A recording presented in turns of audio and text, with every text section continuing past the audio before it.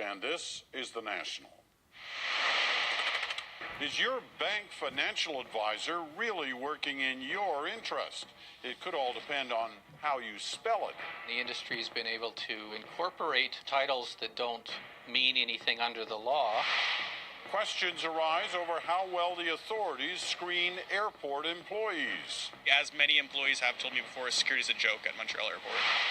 Plus, despite her continued danger, a former hostage gives new details of the ordeal that killed 2 Canadians. I did lots of things to save Robert's life, but it's not working.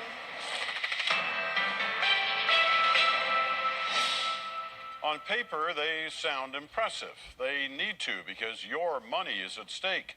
But what some financial representatives print on their business cards may mean the difference between putting you first or their employer's interests first. And the latest investigation from our Go Public team shows deception could even come down to one single letter in a title. Erica Johnson explains. It's hard for Mike Black to look at his financial statements. The nest egg he invested for retirement, almost $1 million, has cost him more than $30,000 in fees and earned less than 3% a year for 6 years, lower than the market average. How is it that you end up getting a return of this kind over this period of time when this is to be managed by a professional? He learned the person managing his account at RBC Dominion Securities, an impressive-sounding vice president, is actually licensed as a dealing representative, meaning a salesperson. Quite jilted by that.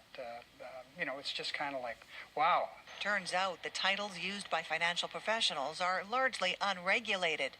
A report released today concludes there are more than 120,000 registered financial professionals in Canada. It breaks down 2 ways: dealing representatives, the vast majority, and advising representatives, only a few thousand. Dealing reps can call themselves anything from vice presidents to wealth managers to financial advisors, spelled with an O.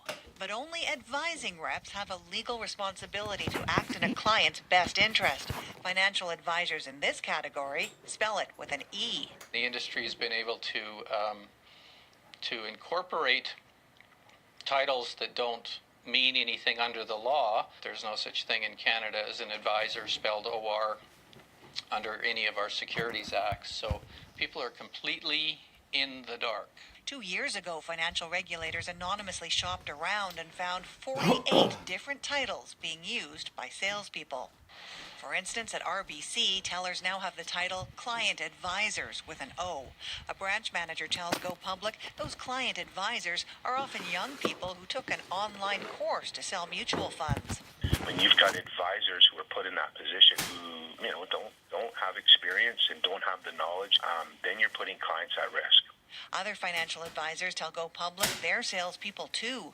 One at BMO says we are encouraged, if not forced, to sell our own products because we get paid more, even if it's not in the client's best interest.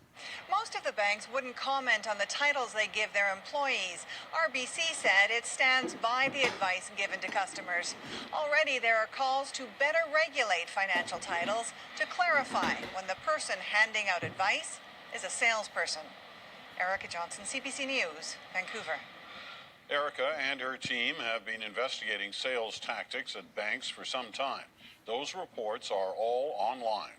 But her stories start with you, and you can get in touch by sending an email to gopublic@cbc.ca. Airport security